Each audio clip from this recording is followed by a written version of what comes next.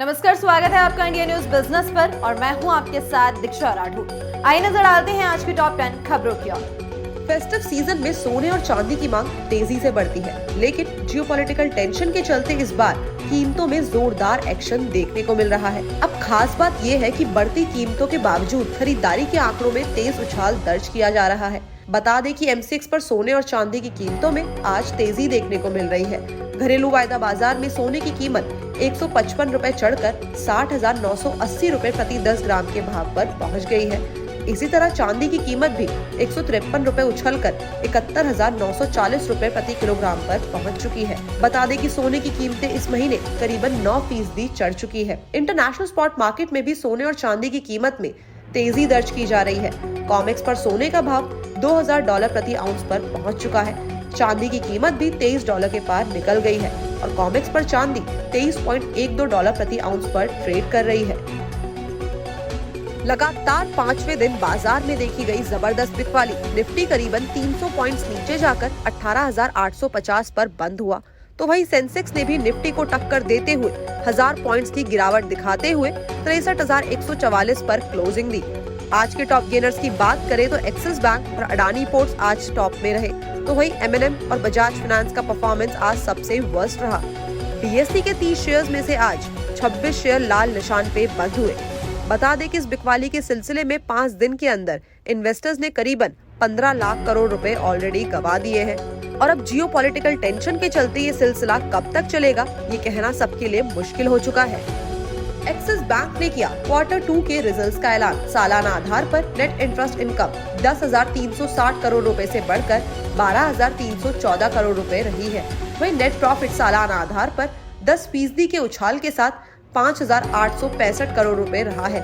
वहीं अगर net interest margin की बात करें तो उसमें सालाना आधार पर 15 बेसिस पॉइंट्स की बढ़त दिखी है और नेट इंटरेस्ट मार्जिन 4.11% रहा है। ऑपरेटिंग प्रॉफिट 12% सालाना ग्रोथ के साथ 85,332 करोड़ रुपए रहा है।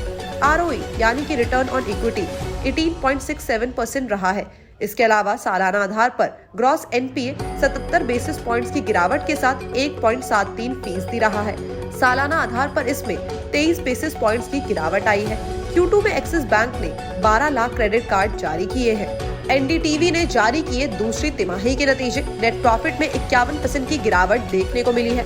कंपनी ने लास्ट फाइनेंशियल ईयर की दूसरी तिमाही में 12 करोड़ रुपए का नेट प्रॉफिट दर्ज किया था, जबकि करंट फाइनेंशियल ईयर में अमाउंट घटकर 6 करोड़ रुपए हो गया है। अब इस गिरावट के पीछे का मेजर रीजन कंपनी ने बढ़ती ब्याज दरों के कारण एडवर्टाइजिंग एक्सपेंसेस में कटौती बताया है। इसके अलावा ऑपरेशन से NDTV का रेवेन्यू 10% घटकर 95 करोड़ रह गया है, जबकि पिछले साल इसी ड्यूरेशन में ये 106 करोड़ रुपए का था। सितंबर क्वार्टर में NDTV का टोटल एक्सपेंडिचर 93.48 करोड़ का था, जो पिछले साल इसी ड्यूरेशन में 91.93 करोड़ रुपए का रह गया है। डिज्नी रिलायंस डील के बीच आई बड़ी रुकावट। आइए जानते हैं क्या है पूरा मामला। अमेरिका की दिग्गज एंटरटेनमेंट कंपनी वॉल्ट डिज्नी और एशिया के सबसे अमीर बिजनेसमैन मुकेश अंबानी की कंपनी रिलायंस के बीच डिज्नी रिलायंस डील होने वाली है, लेकिन अब कहा जा रहा है कि इस डील में कुछ रुकावट आ सकती है।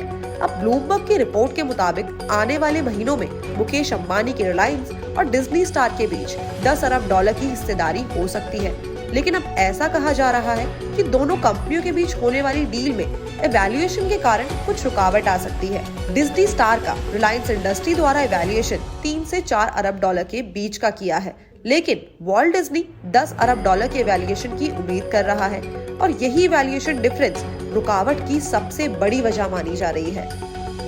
देश में फेस्टिव सीजन का माहौल है और इस त्योहारी सीजन को कैश आउट और अपने स्टॉक को खत्म करने के लिए ऑटो कंपनी अलग अलग ऑफर्स दे रही है। इसी सिलसिले में 2 और 3 व्हीलर बनाने वाली देश की दिग्गज कंपनी बजाज ऑटो ने अपने इलेक्ट्रिक स्कूटर चेतक पर ऑफर पेश कर दिए हैं। हालांकि कंपनी ने कुछ ही स्टेट्स में इस ऑफर की पेशकश की है।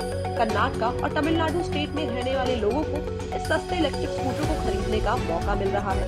इन दोनों स्टेट्स में बजाज चेतक इलेक्ट्रिक स्कूटर का एक शोरूम कीमत करीबन 1,15,000 रुपए तय की गई है। ये फेस्टिव ऑफर तब तक वैलिड है जब तक स्टॉक खत्म नहीं हो जाता। बता दें कि फेस्टिव ऑफर के बाद ये स्कूटर और भी ज्यादा खरीदने के लिए अफोर्डेबल हो गया है। अगस्त में स्कूटर की कीमत करीबन 1.5 लाख रुपए थी। नए ऑफर के बाद इलेक्ट्रिक स्कूटर अब मार्केट में मौजूदा दूसरे इलेक्ट्रिक स्कूटर से भी सस्ता हो चुका है। जिसमें एथर 450S, ओला S1 Air, TVS iQube जैसे स्कूटर शामिल है। फेस्टिवल में अगर खरीदने की प्लानिंग कर रहे हैं तो इन स्कूटर को देख सकते हैं। पंजाब नेशनल बैंक ने जारी किए दूसरी तिमाही के नतीजे। Q2 में बैंक का नेट प्रॉफिट 4.25 गुना उछाल के साथ 1,756 करोड़ रुपए का रहा। एक साल पहले सेम क्वार्टर में बैंक को करीबन 411 करोड़ रुपए का फायदा हुआ था। एसेट क्वालिटी में भी बड़ा सुधार देखा गया है। इसी के साथ एनपीए में अच्छी गिरावट आई है। सितंबर तिमाही में ग्रॉस एनपीए 6.96% रहा, जो जून तिमाही में 7.73% था। नेट एनपीए 1.47% रहा, जो जून तिमाही में 1.98% था। इसके अलावा बैंक का आरओए यानी कि रिटर्न ऑन एसेट 0.46% रहा, जो जून तिमाही में 0.34% का था। अब यही नहीं बल्कि डेट टू इक्विटी रेशियो 0.76% रहा, जो एक साल पहले 0.91% था। नेट प्रॉफिट मार्जिन की बात करी जाए तो वो 5.98% रहा और ऑपरेटिंग प्रॉफिट मार्जिन Q2 में 21.16% रजिस्टर किया गया है। एशियन पेंट्स ने जारी किए दूसरी तिमाही के नतीजे और कंपनी का स्टैंडअलोन नेट प्रॉफिट अच्छे खासे उछाल के साथ 1,756 करोड़ पर पहुंच चुका है। प्रॉफिट ग्रोथ में भी करीबन 327% की मजबूती देखने को मिली है। इसके अलावा नेट इंटरेस्ट इनकम में भी 20% का उछाल दर्ज किया गया है और नेट इंटरेस्ट इनकम 9,923 करोड़ पर पहुंच चुकी है, जो कि इससे पिछले साल 8,271 करोड़ पर थी। ऑपरेटिंग प्रॉफिट की बात करी जाए तो उसमें भी 12% का उछाल देखने को मिल रहा है और इस बार ऑपरेटिंग प्रॉफिट 6,216 करोड़ पर पहुंच चुका है। साथ ही साथ लेंडर एसेट क्वालिटी में भी सुधार देखा गया है और नॉन परफॉर्मिंग एसेट रेशियो घटकर करीबन 7% पर आ गए हैं। अगर आप Amazon या Flipkart जैसे ऑनलाइन प्लेटफॉर्म से शॉपिंग करते हैं तो ये खबर आपके लिए। बेसिकली आपको बता दें कि आर्यन नाम के एक कस्टमर ने एक्स यानी कि ट्विटर पे ट्वीट करके इन्फॉर्म किया, बताया कि 7 अक्टूबर को उन्होंने सोनी का एक टीवी ऑर्डर करा था और ये जो टीवी ऑर्डर किया था ये फ्लिपकार्ट से ऑर्डर किया था। 10 अक्टूबर को उनके पास टीवी डिलीवर होता है और 11 अक्टूबर को टीवी को इंस्टॉल करने के लिए सोनी की तरफ से एक एग्जीक्यूटिव आता है और ये जो एग्जीक्यूटिव है और जो आर्यन है, इन्होंने मिलकर टीवी की जब अनबॉक्सिंग की, बेसिकली ये जो टीवी की अनबॉक्सिंग है वो एग्जीक्यूटिव ने ही की थी। तो जब टीवी की अनबॉक्सिंग हुई तो ये एग्जीक्यूटिव और आर्यन ये दोनों ही लोग बहुत ज्यादा शॉक्ड हो गए, जस्ट बिकॉज क्योंकि वहां पे जो टीवी निकला वो थॉमसन का टीवी निकला था। और उससे भी बड़ी बात जो सामने आई वो ये आई कि भाई उस टीवी के साथ कोई एसेसरीज तो थी नहीं। जनरली जैसे टीवी के साथ स्टैंड या रिमोट आता है तो ऐसी कोई एसेसरी भी नहीं थी। कैनरा बैंक ने जारी किए Q2 के रिजल्ट्स। Q2 में बैंक के ऑपरेटिंग प्रॉफिट में सालाना आधार पर करीबन 10.5% की ग्रोथ देखी गई है और ये 7,616 करोड़ रुपए का रहा है। इसी के साथ नेट प्रॉफिट में करीबन 42.81% की ग्रोथ देखी गई है और ये 3,606 करोड़ रुपए का रहा है। बैंक की एसेट क्वालिटी में भी सुधार आया है और एनपीए में अच्छी गिरावट दर्ज की गई है। 3 साल में कैनरा बैंक ने 300% का रिटर्न दिया है। बैंक की नेट इंटरेस्ट इनकम सालाना आधार पर करीबन 20% के उछाल के साथ 8,903 करोड़ रुपए की रही है। ग्लोबल बिजनेस में भी करीबन 10.25% का उछाल आया है। ग्रॉस एडवांस 12.11% के उछाल के साथ 9,23,966 करोड़ रुपए की हो चुकी है।